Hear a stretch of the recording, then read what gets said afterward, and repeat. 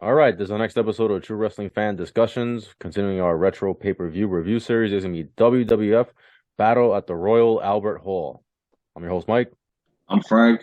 Man, let's get into it. This was October 3rd, 1991 in London, England. You had Gorilla Monsoon, Bobby the Brain Heenan, two legends as always doing the commentating on this one. This was a nice little feat that they did going over there at this point. Survivor Series just around the corner. Not a lot of the big guns weren't there. Of course, you didn't have the heavyweight champion Hulk Hogan there, Sid Justice, Jake, any of these Bret guys. Bret Hart wasn't there. Yeah, Brett wasn't there. That was a Bret wasn't shock there. to me. Yeah, IC champion. He wasn't there. This was a Sky Sports exclusive over there in the UK, so we didn't get to see it over here in the States. No, we actually didn't even know about it unless you got the live Survivor Series when they announced when Bulldog came into his match that he was the winner of He the won. trophy the previous month. I didn't even know about it until I watched that Survivor Series. So, but they had 5,000 on hand for this. When Bulldog got announced, it sounded like 50,000. Yeah, So the he's the hometown hometown favorite. Yeah. hometown hero. You know, So Regal was actually on a dark match over here. I don't remember the name of the person he fought, but they actually had a dark match with Regal. Believe it or at not. this event, hmm Yeah, they should have signed him. they should have. That he would have been a great mid card intercontinental competitor back then, especially facing Bret Hart. I would have loved to see that match. Yeah. So, but we got him back later on as the Manly Man. So, in any event, everybody that was on this card was in the main event, which was a 20-man over the top rope battle royal. The only two guys that did not have a match prior to it was Roddy Piper and Typhoon, but everybody else that we're mentioning here will be in the battle royal later on. So our opening matchup is the Rockers versus the Nasty Boys. Mhm. And this is pretty much the Rockers' last feud they will ever have with a tag team because in about a couple of months' time, Jannetty's going to take that sweet ride through the plain glass window, and the Rockers will be no more. You didn't see any deception in this match, but you kind of saw. At least I did. I saw a little bit of dissent in Sean's face coming to the ring for this match, and even when he got into the battle royal, when he got into the ring, No, he probably just didn't want he to be there. He probably just yeah, didn't want well, to be there. You probably, know, you got but to travel all the way over there. You know, it's a process. So and in I a don't know. losing effort too. I'm just assuming. It was cool seeing Bobby and Gorilla on commentary. They're always great, and I like But how they Bobby keep was great mentioning. on this. Bobby kept mentioning Flair, the real world champion. He said Hogan was yellow. That's why Hogan didn't show up. He was scared of Flair. So And they didn't distort the belt, at least not yeah, yet. They allowed a it. big gold belt. Yep. And I mean, this match, it was lackluster a little bit to me. I mean, the Rockers did have the momentum going, in the beginning of the match, but you started the year so high and on such a streak, and to just it just that's rolled down. The losses just kept rolling and rolling and rolling to the point where, yeah, I could see why they, eventually they would break them up. I thought maybe it would have been good to give them the win in this one, but instead the Nasty Boys cheated like they always do with the megaphone and hit Marty Yeah, Jannetty with it, of course. Who else? And the Nasty Boys get the victory over the Rockers. So once again, that damn Jimmy Hart, man. He had once him. They had the Nasty Boys and yeah, he has the Natural Disasters and the Nasty Boys that time. and the It's kind of Mountie. like a conflict of interest with two tag teams. And don't forget who's on the horizon with DiBiase and hmm RS. Yeah, So but by that's then where they that's all when start leaving them. yeah, Yeah. yeah, yeah. Yeah, that's when the Legion of Doom started playing their chaotic stuff. So following this, and I mean, this was half the card too. You think this was the Attitude Era with all the interviews and stuff, but Mean Gene Okerlund interviewed Nature Boy Ric Flair about the upcoming Battle Royal, the hmm trophy, the title, Piper, all got mentioned in hmm this. Because Ric Flair actually has a match coming up. Next match was Tito Santana versus Ric Flair. Um, I would have had Flair face somebody else, in my opinion. I mean, the match was okay. The I ending was thought good. I thought it was a good match. It I was thought it all was a good right, match. except okay, Tito hits the flying forearm. Yeah. Well, Bobby Um, Heenan said the flying jalapeno. Always the flying Yeah, jalapeno. and he put You his foot know, on the rope. yeah, So just put on. naturally. He should. Now, when Flair had the figure four leg lock on, you figured that's where it should have ended. But instead, it's just a roll up. Tito rolls up Flair. Flair reverses it, holds the tights, gets the victory. So I guess this would be his first. It wasn't technically a televised pay per view, at least not for us. Well, not here. But for over there, this is how he got the first victory on a pay per view, even if it was in England. I would have liked to see the figure four leg lock and Tito to submit to that. But we get Ric Flair gets the victory. So we'll see him again later on in the evening. Now, following this, not only did Mean Gene Okerlund interview the Big Boss Man, but he also interviewed Jimmy Hart and Earthquake, as these two big guys are going to lock it up one-on-one. I would have liked to see the Natural Disasters in a tag team match this night, not just have Earthquake in a singles match. Like I said, I didn't understand why they had Piper and Typhoon not having to fight themselves as well as being in the Battle Royal. There's no telling what they did on that one. But during the Boss Man Earthquake match, this one wasn't bad. It was pretty good. You got Jailbird came down, the Mountie. Mm-hmm. Of course, Gorilla's referencing to SummerSlam, where he spent the night in jail in New York. I loved that segment. Yeah, that was good. That was good stuff. I remember that. You want to know what it's like to have leather up against your skin? You That want to fight me, buddy? stuff. Here's me, buddy. It was great. I love that whole thing. And so Gorilla has given Mountie the nickname Jailbird. So he came down during the at the time there. Earthquake was tied up in the ropes with the Boss Man. Naturally, Mountie interferes, tripping up the Boss Man. Earthquake with just a simple elbow drop gets the pin. No Earthquake splash, nothing, just an elbow drop. Tremors. No, not this night. Not this night. So Earthquake gets the victory, getting ready to go on later in the evening. Now, Mean Gene was in the back once again. He not only interviewed the Texas Tornado, but also his opponent for the evening, the Mountie, which was coming up right after it. Again, this is a match where I thought could have gone the other way, because by this point now, it's Texas Tornado's losing to everybody. Yeah. He's on his way out in the beginning of '92. A year prior, he was. He's on fire and the IC champ. Yeah. Yeah. Now look at him. He's losing to a second-rate wrestler that's going to be facing Bret Hart for the IC title. In any event, though, it's another one of those. Let's just hurry up and get this done. Mountie with the corner pin with his feet on the ropes. That's how this ends. Yeah. But prior to that, it was actually a good match. Tornado did put on a good showing. So did Mountie to an extent as well. But in the end, the Mountie came away with the victory. Now, following that, we had the funeral parlor with Paul Bearer and The Undertaker, because The Undertaker this evening will be facing Hacksaw Jim Duggan. Mm-hmm. And they had the Phantom of the Opera playing on the organ up in the balcony. Undertaker's theme. Yeah, it was. That's pretty cool. This place reminded me of the Hammerstein Ballroom in New York City. Yes, a little bit. Yeah. Especially the up top balcony. The way it looked, yeah. Yeah, although this place is way older than the Hammerstein Ballroom. Mm-hmm. But I thought they also were having a problem with the cue with the music. It was coming on late. Yeah. Coming on late, yeah. The sound, I think, in the beginning was a little messed up too. It was a little low. Well, if you watch it now, they tell you there's some technical difficulties. Right. Was presented in the best possible. It wasn't bad. No, it wasn't. It was the beginning intro was a little right. But the rest of it showed perfect. After that, it was fine. Yeah. Now, this was the shortest match of the night, and this was the one I was actually looking forward to. It was Duggan and Undertaker, and they ended it up pretty quickly. Duggan gets disqualified by using the 2x4. Of course, Monsoon said that there should have been a disqualification on Taker earlier. I didn't see it. There wasn't really one. But I mean, this was a good match, and many, Undertaker is about to get ready to Survivor Series, go for the WWF title, so he's technically still undefeated, even though in the summer he did lose to the Ultimate Warrior in a body bag match. But nobody wants to put that on record. Check the house show.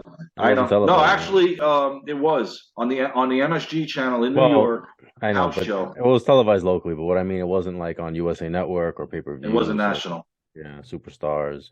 Just like they say, Brock Lesnar never lost to Lance Storm when he first started. Ultimate Warrior never beat the Undertaker in a body bag match, but it did happen. Warrior lost at a house show too, so it happened. And they said he was undefeated. So.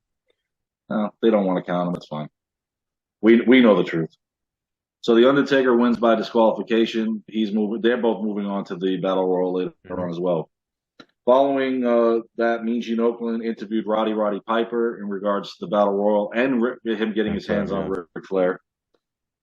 Then after that, he interviewed Jimmy Hart and Typhoon, questioning Typhoon if it came down to him and Earthquake, what would happen in the Battle Royal? And like, that's between me and him. Mm-hmm. We'll decide that. And he's like, no, I need to get an answer here. And you're not going to get an answer anytime you ever ask a tag team that. If it comes down to the two of you, what are you going to do? They're never going to answer it.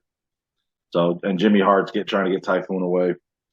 Then he interviewed Power and Glory on their upcoming match, followed by the Legion of Doom, because their next match, the only title match of the evening for the tag titles, the Legion of Doom defending against Power and Glory, or as Gorilla puts it, Herc and Jerk.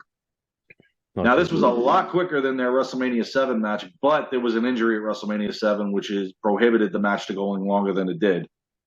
So we get this instead, and I mean, it wasn't a bad match. And I've always said Power and Glory were tremendously underrated. Yeah, no, they were given their right chance. And even in this match, I don't even think they were given a chance. And it doesn't even end with a Doomsday Device. It ends with a power slam off the top rope. Roma goes off the top rope. Animal catches him, counters it, pins him. We're done. Wow, Vince got no faith in these guys. No. Well, the thing I felt like once the Nasty Boys got there, Power and Glory gets kind of shoved to the side. Unfortunately, just like when Legion of Doom got there, Demolition got put to the side. Yeah. Well, at least Demolition had a run. Away. Power and Glory never. Yes, they did. Power and Glory got squat. Yeah. Because eventually, then they're going to wind up breaking up, and then Roma's gone, and then eventually Hercules is gone. So.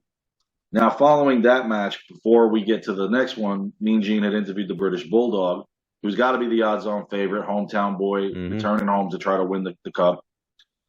And for the next match, Lord Alfred Hayes was the guest ring announcer to introduce the British Bulldog as he faced off with the Barbarian. Yeah, at least he's fighting the Barbarian this time. He's not fighting the Warlord. I was just going to say that. This is the first time, I think, in 1991, I don't see Bulldog and Warlord going at it. He's got his old partner. Thank God. You face the other power. The other, yeah. But this match was actually pretty good. I like. Yeah, it was all right. The Bulldog was huge. Yeah, both of them were. Jack. Barbarian was still jacked. Yeah. You know, this was definitely a test of strength for both men.